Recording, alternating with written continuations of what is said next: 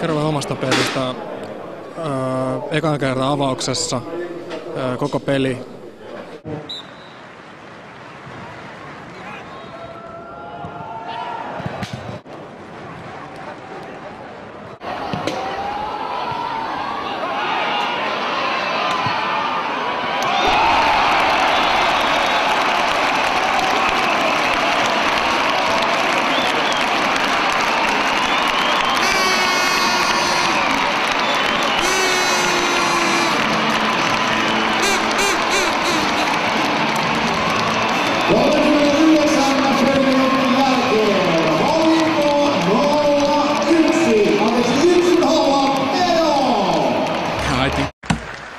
HJK voitti ensimmäisen osaottelun liettualaista Vetraa vastaan vieraissa 1-0 ja lähtee suosikkina ratkaisevaan kotiotteluun. Kotiyleisön ei tarvitse alussa pettyä, sillä Medo vie klubin 1-0 johtoon jo 3. minuutilla.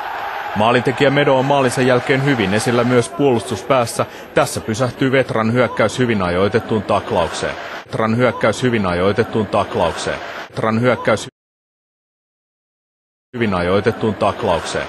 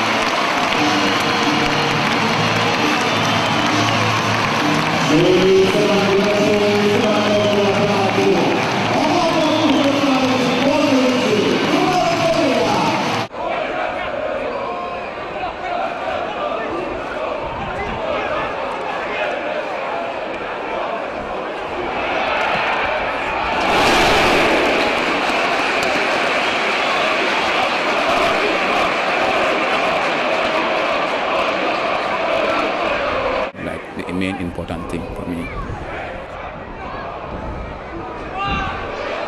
The main important thing for me.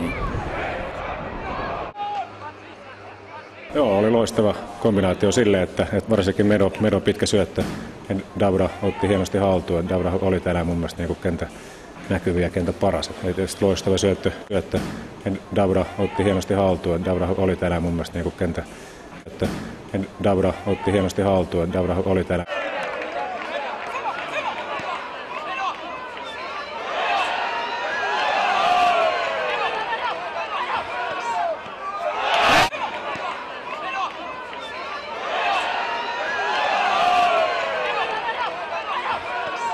Oikein mitään saumaa siitä.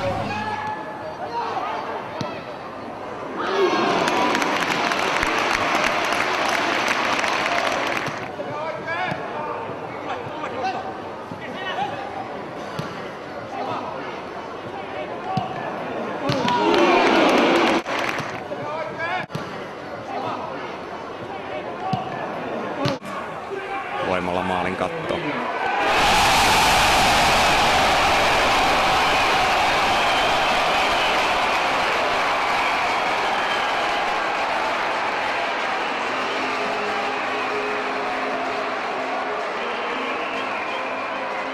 Tietenkään tämä päivä ei tyydytä, koska aina haluaisi pelit voittaa vielä kun 1-0 johdettiin. Ja eka puoliaikakin oli niin selkeätä peliä. Ja